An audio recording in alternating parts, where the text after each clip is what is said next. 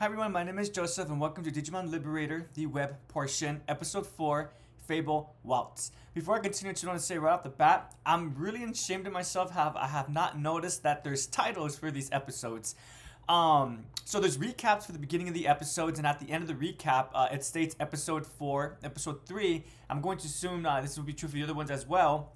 And beneath the episode is actually the title, episode 4, Fable Waltz. I'm definitely going to go back to my previous videos and retitle my videos to include the title, the name of the episode. So excuse me for being pretty excuse me for being pretty slow in that regard. With that out of the way, let's go ahead and discuss episode 4.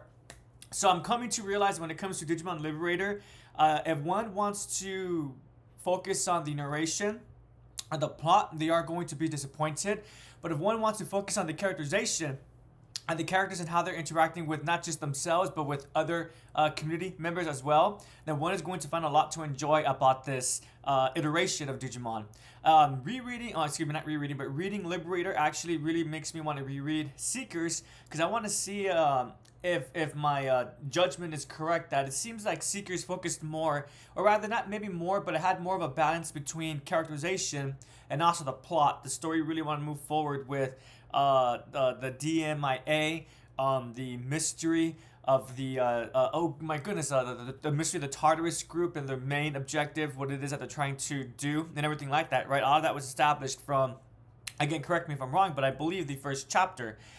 It's very much different compared to Liberator. With Liberator, they've already set up that there's Digimon, but there's really no conflict per se. The only conflict is the fact that there's NPCs that are going rogue, and it seemed like the GMs, they're deducing, I believe GM stands for Grandmaster, they're deducing, they're the ones who are kind of like the official workers of Laconia or Liberator. But they've established that the wild Digimons are occurring because of, the rogue NPCs are occurring because of the wild Digimon. I'm not gonna lie, it reminds me of the wild ones from Tamers.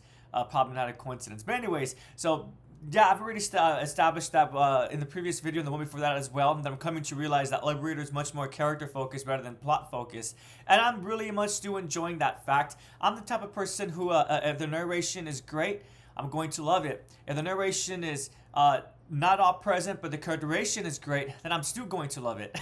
It's only when there's a lack of plot and a lack of characterization where I start kind of becoming disconnected with whatever is being presented before me. Like a really good example for me would be the movie The Lighthouse. While I recognize the incredible movie cinematography techniques that was used to create that movie, personally for me, I just didn't like the main story. I felt the main story was all over the place.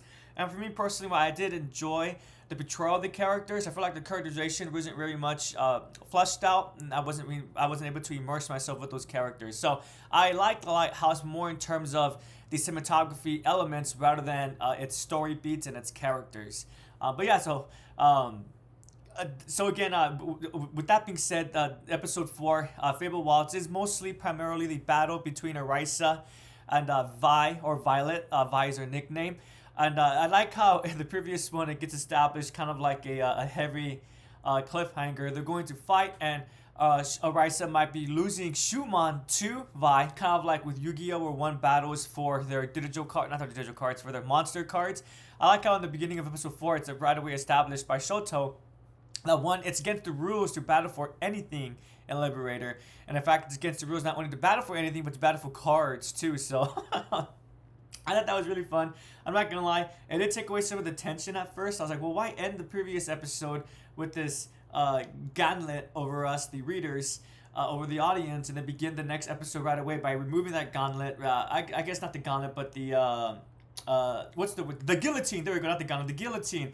Having this guillotine hanging over the reader, making them nervous for Arisa, and then in episode 4, almost right away, removing that guillotine, removing the tension. But then I am happy that the writers remedy that almost right away as well, by then having Violet explain, you might be right, Shoto, but if you don't want to fight with me, then I'm going to go ahead and report to the GMs the fact that you're working with Terramon and Shumon. And something that I really did love is when that was stated, I love the reaction from Shoto.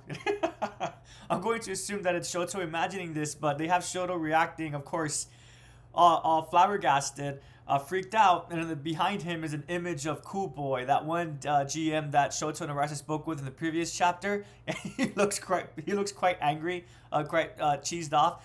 His eyes are all, I believe, black or grayed out, and he has like that traditional.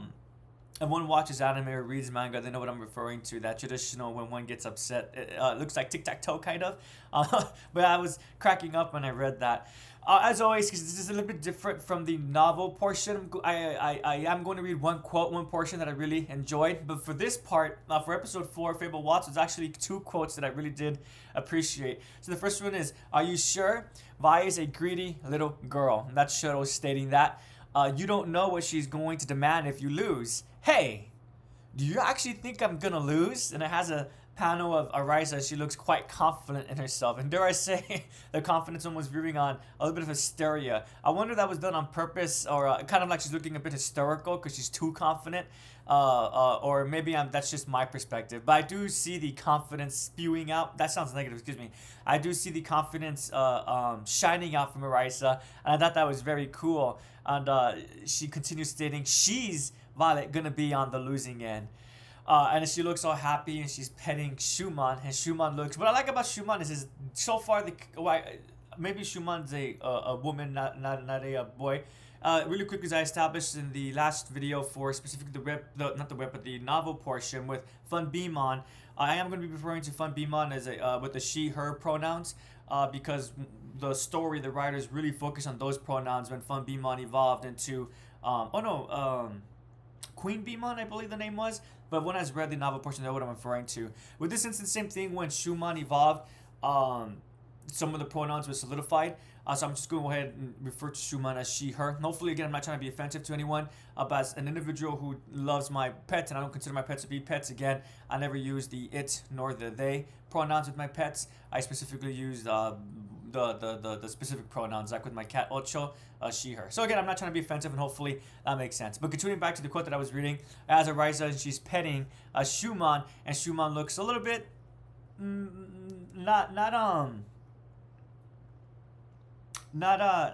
she looks, rather than looking so there we go, supportive of Arisa, like, yes Arisa, you do have this, you're not going to lose. Schumann looks a little bit concerned a bit. And I think what I like so much is the differences between Schumann and Petro's personalities, Petromon's personalities, and that Terramon seems to be very much confident in himself, and not just confident in himself, but he seems to want to believe in other people too. He recognizes that there's a route forward, a way forward, and he wants you, him, her, anyone that he's working with, Terramon, to go ahead and figure out that route and pursue it. With Schumann, is looking a bit more like Schumann has a little bit more anxiety, a little bit more concerns, because Schumann, when Arisa starts fighting, Schumann's like, well, I don't know about this, Arisa. So I do like that. I'm hoping that Schumann won't be quote unquote too feeble. I'm trying to think of an example or one. I guess maybe like Hermione Granger, I suppose, kind of a little bit from Harry Potter. I would argue she's not like Harry and Ron in that they always want to do action first. She's willing to think about the situation and then act. If the other two want to act right away, she'll support them kind of, then also acknowledge, well, there might be a better way to do this. But I like that about Schumann.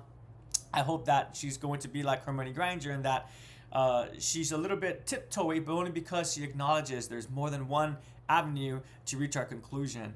The other quote that I really enjoyed, and I think it goes along with what I just discussed as well, what is with this battle, Shoto states, neither of them are backing down. Arisa is playing it smart. That's Terramon responding. Watch closely, Shoto. That is a tamer truly enjoying a battle. How is she still smiling under these rough conditions? Now that's the part where I wanted to stop. What I like so much about this is that I appreciate how, so it's already been established that Shoto, he does know how to fight with the cards, but he knows how to fight with them in the traditional sense. In the traditional sense, I mean like the more realistic way. Like, for example, if I were to challenge you, the audience, to a game of Digimon, we will probably set up we will set up the mat and have our cards in front of us, right? Shoto has experience with that, but what Shoto is inexperienced in is the technological aspect, or the Liberator aspect, actually engaging with the game, the digital card game in a VR setting. It's been established that for whatever reason Shoto can't transfer his skills, but he is a skilled battler that can't be forgotten. It's just that the skills don't translate very well. I like how with the Raisa, it's really been established that not only has she been helping Shoto train, but she's won against Shoto multiple times. And I'm just loving this confidence coming from a character who doesn't really seem to be confident to begin with. I know that sounds negative, but let me explain what I mean. When we first get introduced to Shoto and Arisa, I would argue that Arisa didn't seem like the type to stand her ground and run forward, even if things seem tough. As long as she has a plan, she'll be okay. But I'm happy to see that I was wrong about that.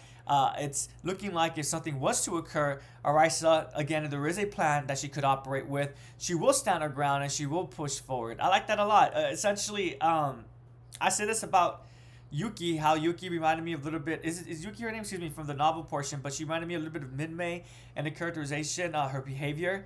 I'm not gonna say that Arisa reminds me of Minmay, but she did remind me more of Minmay and less of Sora. Hopefully that makes sense from Adventure 1. Essentially what I'm trying to say is that Sora always seemed like she had a lot of agency, was always willing to do what needed to be done. And Minmay is definitely the same way, but only when push comes to shove. Minmay needed to learn how to be that kind of individual, how to be that kind of person. As I'm realizing, as I'm understanding, as I'm coming to realize, I was incorrect about my impression of Arisa. She's much more akin to Sora rather than Minmay, and I'm really loving that revelation about Arisa's character. I'm just loving these characters more and more with each chapter, both the webcomic and also the novel portion as well. Very much reminds me of Seekers 2. I recall with each new introduction of a character, I was very much loving them, and also with the new introduction of a element of the character, I was also really loving that too. So yeah. So essentially, I really don't think there's much more to discuss about this chapter specifically. I do love how it ends as well. Arisa's confidence is shining all the way through, and although it ends, this episode 4 ends with Arisa looking like she's in a bad spot. She's quite, again, confident, so much so that she's actually smiling. And really quickly, I do want to read the last portion. Let me see. Arisa is unmistakably in a very difficult situation. Despite that, how is she still smiling? That's Shoto speaking in the panel of Arisa. She's not only smiling, but again, it's almost like she's teetering on the edge of historical a little bit. But I mean that very much in a positive way. The panel has Arisa not just smiling, but a toothy grin. Both sets of her teeth are both sets. That's what she has two. Both top and bottom of her teeth are showing in her smile. And it even says at the bottom of the panel, "Smile" in all caps with an exclamation point. And then the episode ends with Shoto asking, "What are you up to?" And episode 4 ends with that line. And I personally, again, I really did appreciate that. I really am loving it because I'm not gonna lie. Excuse me, that was a hiccup. While I was reading this episode, I noticed that the turns were quite longer compared to Shoto's battle versus the Rogue NPC. They were taking their turns back and forth, back and forth. Whereas this time, the battle between Violet and Arisa started in that way, but very quickly it turned into very long turns where Violet was stating, "I'm going to do this, and this is going to activate this, and at the same time I'm going to remove these cards from my hand, which will allow me to do this and that." Kind of like reminiscent of Yu-Gi-Oh! When has ever seen Yu-Gi-Oh! But I don't mean that in a negative way. Same thing with Arisa. When it was her turn, she was doing her strategy. Gonna commit to this, which allows me to do this, which will allow this Digimon to appear, which allows this Digimon to evolve. Actually, surprisingly, again, I don't play the Digimon card game, but as someone who has seen Yu-Gi-Oh!, as someone who has seen Mega Man Battle Network, the anime, the first season, and as someone who has played Mega Man Battle Network and played some Yu-Gi-Oh! Games here and there, I'm actually really enjoying the similarities between Liberator and those properties that I just mentioned. If one has ever seen Mega Man Battle Network or Yu-Gi-Oh!, they're probably familiar with the whole overly explanation of one's strategies, looking like one is going to lose, but as it turns out, their strategy was always looking like they were going to lose. That was part of the plan all along, and they activate the real plan, right? I'm very much reminiscent of that. And although one could say that that's a little bit boring, especially for those who don't play the card game, I personally was enjoying it. And I'm not gonna lie, it is mostly because of the panels too. I love the way that the characters are reacting while they're stating the moves that they're going to do. I am enjoying that. So essentially what I'm trying to say is, if one is concerned about not playing the game, one is concerned that the comic will be focusing on card battle elements that you just want to gloss over. Those portions are present, but if one doesn't gloss over them, they're able to see a lot of great character building, in my opinion. It might be small, it might be minor, but like in the fact that obviously it's reinforced that Violet is a little bit greedy or arrogant in a way that she's confident in herself and her smile reflects that confidence. And then we see with the Ryza, she might be smiling, but it's a different kind of confidence. It's a confidence in oneself rather than the confidence in that one is better than everyone else. I'm not saying that Violet thinks like that, but I'm trying to establish that the confidence between the smile that Violet gives off is different from the smile that Ryza is giving off. So I really much am enjoying the Liberator story so far, both the comic side and the novel side. It came to my attention recently. For whatever reason, I thought the novel portion would be releasing every 3 weeks. And it turns out it's every 3 months. Which, to be frank, I found that out almost a week ago, and I'm still upset about that detail. I really don't know why the writers are doing it in such a way. That makes more sense why so many portions of the novel came out. But 4 portions every 2 months. Excuse me, that was a hiccup. I feel like it's a bit too slow for the pacing, but that's neither here or there. I'm going on a tangent now. My question for everyone is, are you enjoying the battles so far, or are you becoming impatient with them? Are the battles what you expected going into Digimon Liberator? As a quick reminder, when I first heard of Liberator, I was disappointed that it was focused on the TCG aspect, the trading card game.